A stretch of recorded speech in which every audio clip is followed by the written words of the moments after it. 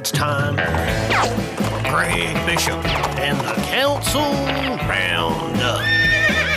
And the Council Roundup every Wednesday here with Springfield's Morning News. I've been doing this for like 12, 13 years, 14. I can't even remember when I started this.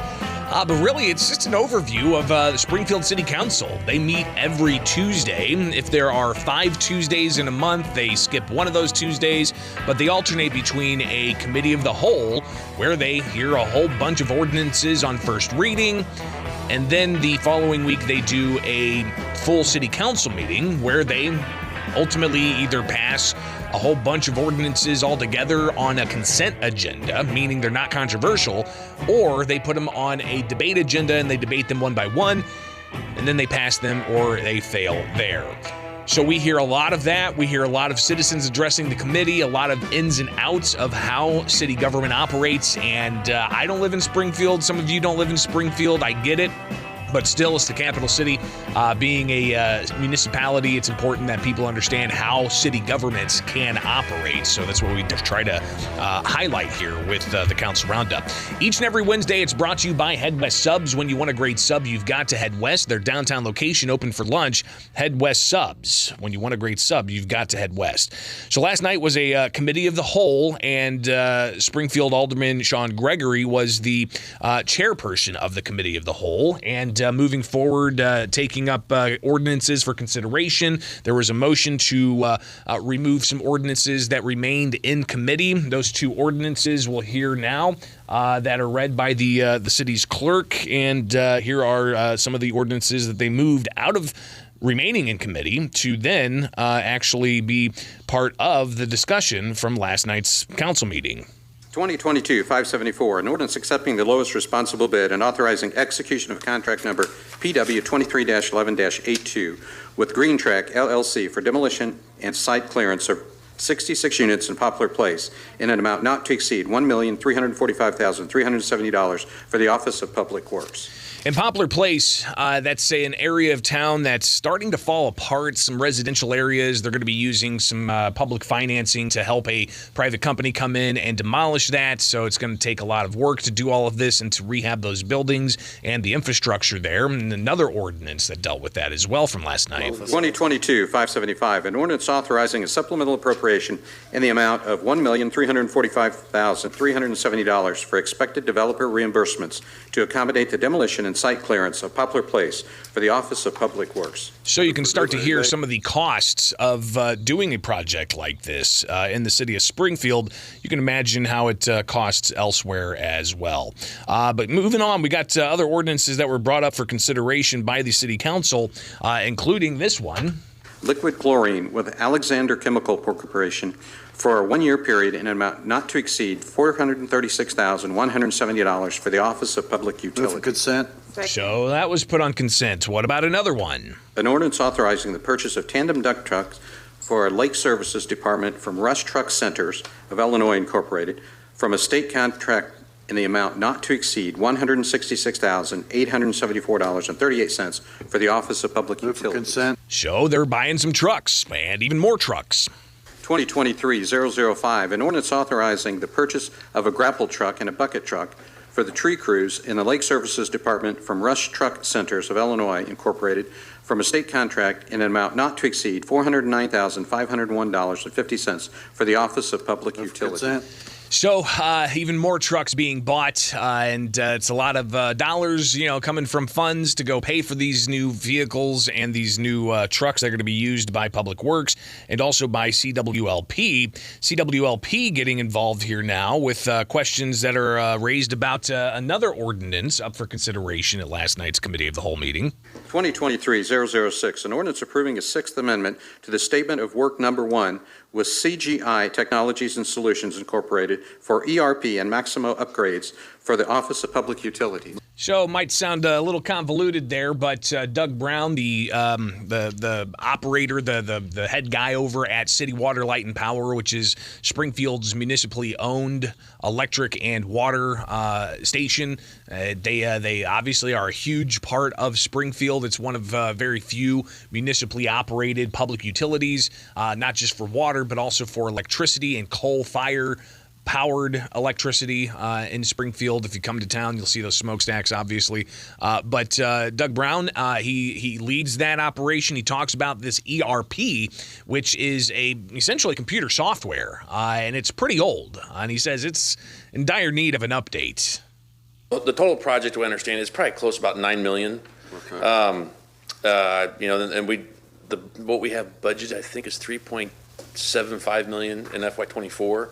It's a 60-40. That's a 60-40 split between the city, between utility and the city. So the utility is 60, the city's 40%. So that's about the split between what the city uses for this software and what the public utility uses for the software. Brown continues. So it's pretty much not being supported, going forward. So they're going to have to upgrade. There's also, I say, processes that need to be integrated.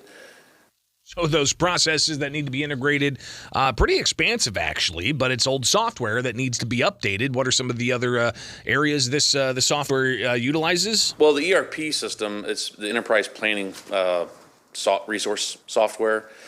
So basically, that's how the city processes purchase orders, looking at vendors, all the vendor information. The kind of controls some of the workflow too on the financial side of things. It has modules in it that can basically handle a lot of the HR function, like a lot of HR things, payroll. And it goes on from there. So obviously there's a lot of moving pieces for this old software. I think he said that it was last updated back in the early 2000s. I mean, that was 20 some odd years ago. So you could see it's probably time to get some updated software, but it comes with a cost as well. And there's obviously some time constraints here as well. Basically because it's taking longer to go through this RFP process for a new ERP system. So they have to extend this with CGI is the company that provides the support for us. So getting some more detail there about the need for amending the contract temporarily to allow for a little bit more time while they put out the bid for other contracts to come in and then deal with this issue of software that helps run a lot of the city's operations. Much more coming up here with the Council Roundup, of course, brought to you by Head West Subs. When you want a great sub, you've got to head west. Their downtown location open for lunch, also open for lunch on Saturdays. Head West Sub. Well,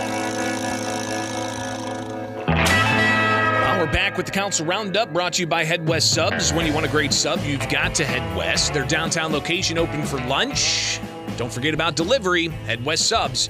Reviewing last night's Springfield City Council meeting and up on the measures for consideration, yet another ordinance that they're determining whether to put it on consent or on the debate agenda. Here is some of that ordinance detail.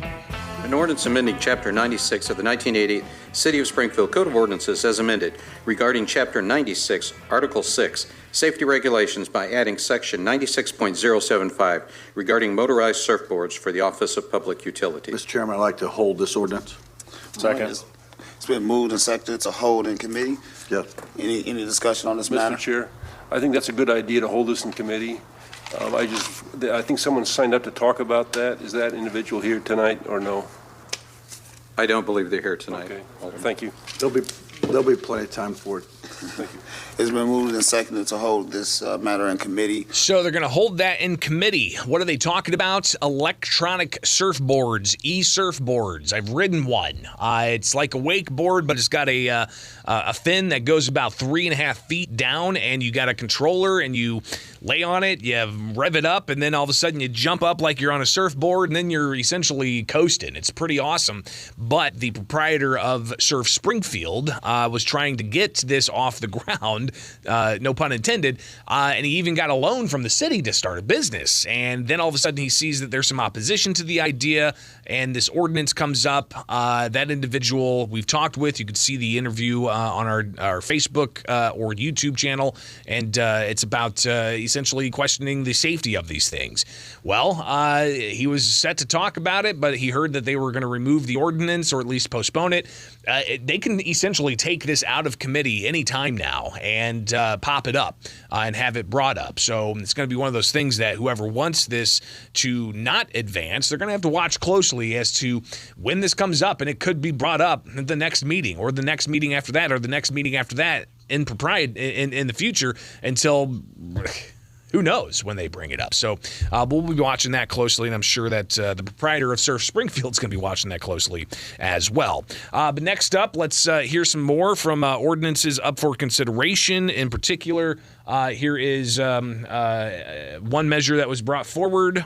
Adopting updated international codes and fire safety codes for the Office of Public Works. Mr. Chair, the Public Works Director has asked that we hold this in committee. So this deals with new construction and some issues that might have to be impacted by new construction, building permits, and whatnot. Alderman McMenamin raises questions about this.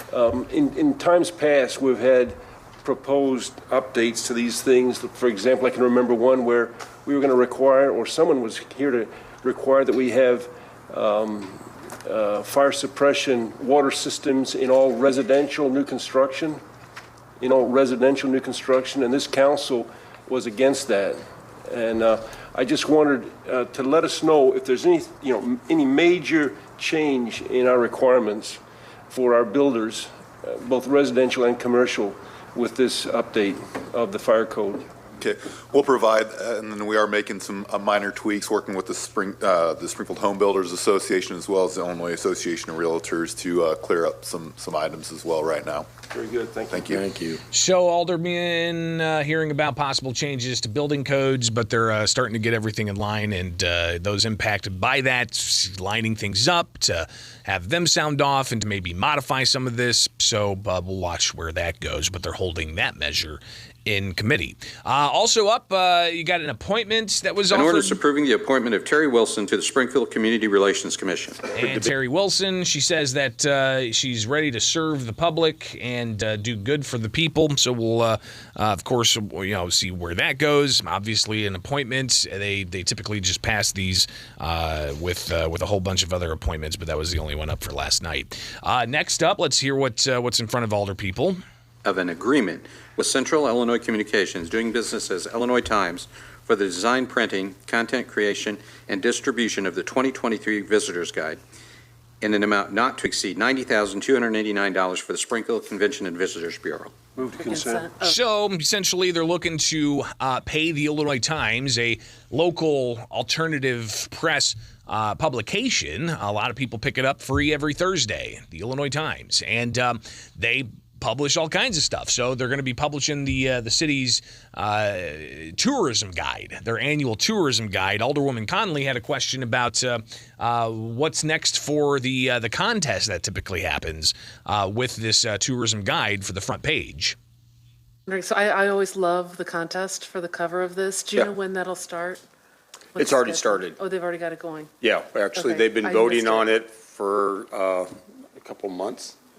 So the contest already underway. More detail. IllinoisTimes.com cover contest. Got it, I will yes. share that. I just missed it. Thank you very much. And we started it earlier for this edition because we included photography as well as an art contest as well. So we expanded the medians on that. And so really, we just got more submissions at this point, and so looking forward to unveiling that. Lovely. In a And month when's or the so. decision deadline on that one then? February the I 18th is better the go in and deadline. start voting. Thank you, James, with Illinois Times. So IllinoisTimes.com/cover contest. Authorizing payment in the amount of Let's see if we can pull that up and take a look at what they got going on. Let's see here. The cover contest from the Illinois Times. A bunch of different ideas and details about what's the option and who the sponsors are and some of the voting that you can do, these different types of artist renditions of either photography or paintings or so on. So, yeah, again, if you want to sound off on this, you can do so. IllinoisTimes.com/cover contest. And that, of course, is going to be the new tourism guide for the city of Springfield. And you could have, your options as printed on the front page of that. All right, stay tuned. We got more coming up of the council. Back with the Council Roundup, brought to you by Head West Subs. When you want a great sub, you've got to head west. Their downtown location open for lunch. Don't forget about deliveries. Head West Subs. When you want a great sub, you've got to head west. So last night's Springfield City Council Committee of the Whole, they're going through ordinances that are either going to be put on the consent agenda or they're going to be put on the debate agenda. A lot of it dealing with the spending of tax dollars, and one set of measures dealt with the Springfield Police Department. So you had the police chief up there to answer some of the questions about what exactly is going on here with the spending requests. And let's go ahead and hear one of those spending requests. Authorizing payment in the amount of $64,635 to Richland Community College, doing business as Macon County Law Enforcement Training Center for the Springfield Police Department. So this is a contract that helps train new Springfield police cadets, and they're looking at hiring more. We talked with the police chief yesterday, and he said, hey, the deadline's coming up for people to apply to take tests for becoming a police officer. So if you know somebody that's interested, be sure to contact Springfield Police and get set up for that application process. But here's the police chief, Ken Scarlett, talking a bit about this contract. Are we considering opening up our own academy out here? Not to the extent where we would meet all the requirements and expectations set forth by LSB. I don't think we have the manpower, the time, or the facility to be able to do something like that. I graduated from there, you know. Yes. Okay. We won't hold that against them. That's right. So the question really was, is the city able to do this on their own instead of contracting it out? The training aspect, and the police chief saying they just don't have the capacity to do such a thing. So continuing on with yet another request to spend money, this one dealing with other things concerning the Springfield Police. In the amount of $65,000 to ShotSpotter Incorporated for the Respond Annual Subscription Services from September 30th, 2022 through September 29, 2023 for the Springfield Police Department. Move for consent. So again, you've got contracts for ShotSpotter. That's the listening device that allows for police to get a heads up in certain areas of town where there might be some shots that are fired. But there's also a contract that they need for radio communications.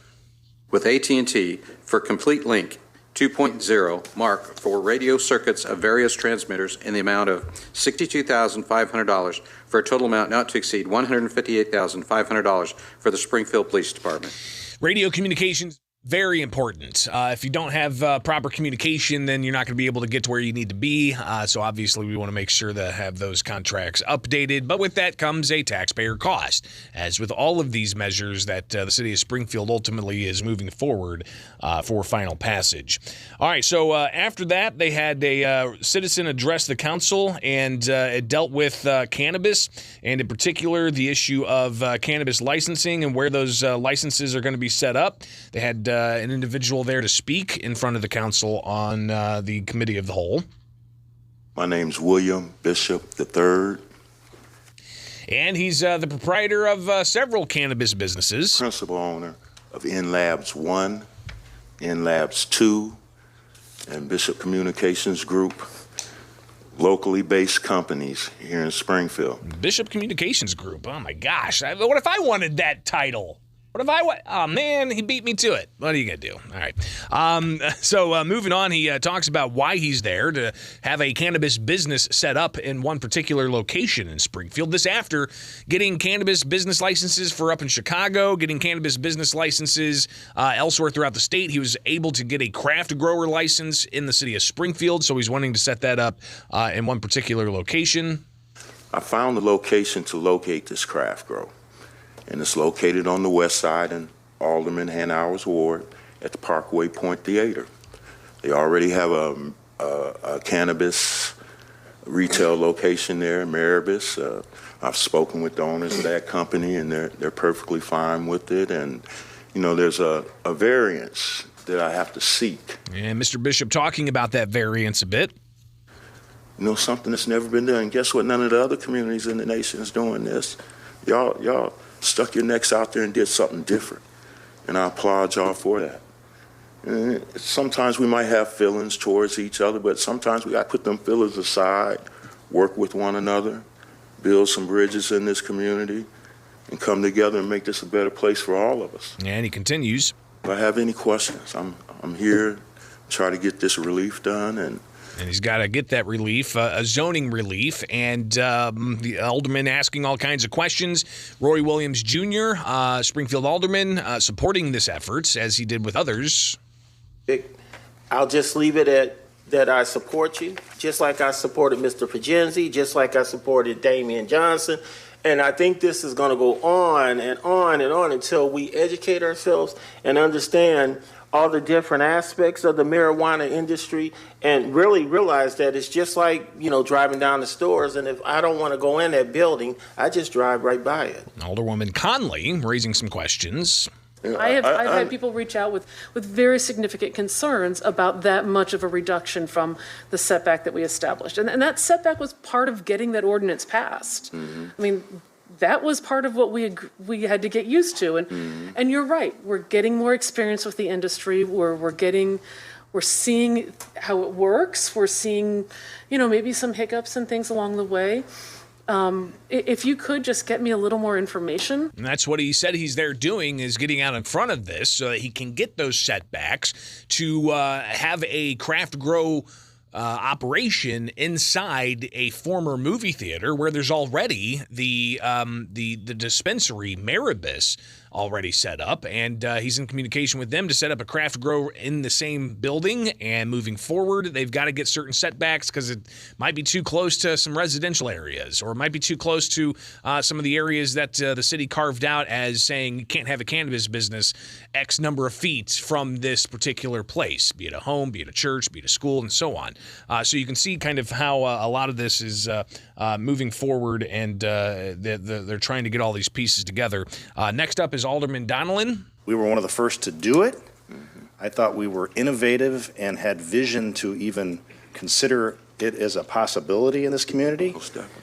And, we have to, in order to get it passed, that's why those numbers were put into place. It wouldn't have passed otherwise. Trust me, I was in on those conversations. And this was, of course, several years ago while they were piecing together how exactly to move forward with cannabis sales in Springfield.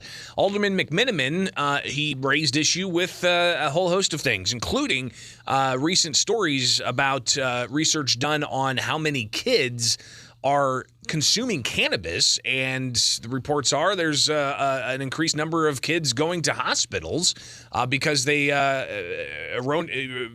mistakenly consumed cannabis. It's because people who get with cannabis, they forget what they're doing, they forget where they put it, they get forgetful, they walk away from it, and that stuff is left around. That's how the kids are taking it. I don't think a parent is given the gummy balls to digest. They're left around. And so I think it's a medical hazard for our children. It's a learning hazard. And I just don't want the conversation around this horseshoe to ever forget the fact that Decatur said no to dispensaries within their city. Chatham said no. And I don't think it was a great vision for this community to say yes. I just think we were headed down the wrong path, and I think history eventually will show that. I don't know whether all the miserable schooling scores we're seeing from our children is because of COVID, cannabis, or a mixture of everything, but it's very upsetting. So Alderman McMiniman raising his concerns, but Mr. Bishop there seeking a variance says, hey, every household's different. I have 4 children that was raised in a cannabis-friendly house. I have 3 college degrees. Another kid's getting ready to graduate from high school. Education starts at the house, at home, okay? And if you educate your kids correctly, spend time with them, you don't have to worry about those things. They'll make the right decisions when the time comes. And finally here, Alderman McMiniman sharing another experience he's had, not to diminish anybody else's experience, but he talked about his time in the military. I remember when we were first going out and testing for cannabis, and we'd get 20% hit rates in some of the armories, and we had a lot of problems with safety and morale and discipline, and a lot of that got cleaned up after when we got down to only 2%, 1% hit rates. So I imagine we're actually going to hear a lot more about Mr. Bishop's request to get a variance to set up a cannabis business in a former movie theater where there's already a cannabis business there. So a lot of discussions yet to be had. That's your council roundup here at Springfield's Morning News on 92.7 WMAY, Springfield's News and Talk. It's brought to you by Head West Subs. When you want a great sub, you've got to head west. Let's take a break after a look at that forecast, where you've got a high today of 33, the low of 22, sunshine today and tomorrow with the high up to 41. Friday, sunny with a high of only 23, but warming up Saturday with mostly sunny skies, the high of 41. Sunday, the high of 51 with sunshine, and Monday, mostly cloudy with a high of 53. Right now, 8 degrees at 7:51 from Culver's West on Wabash. It's time to apply at Culver's West on Wabash.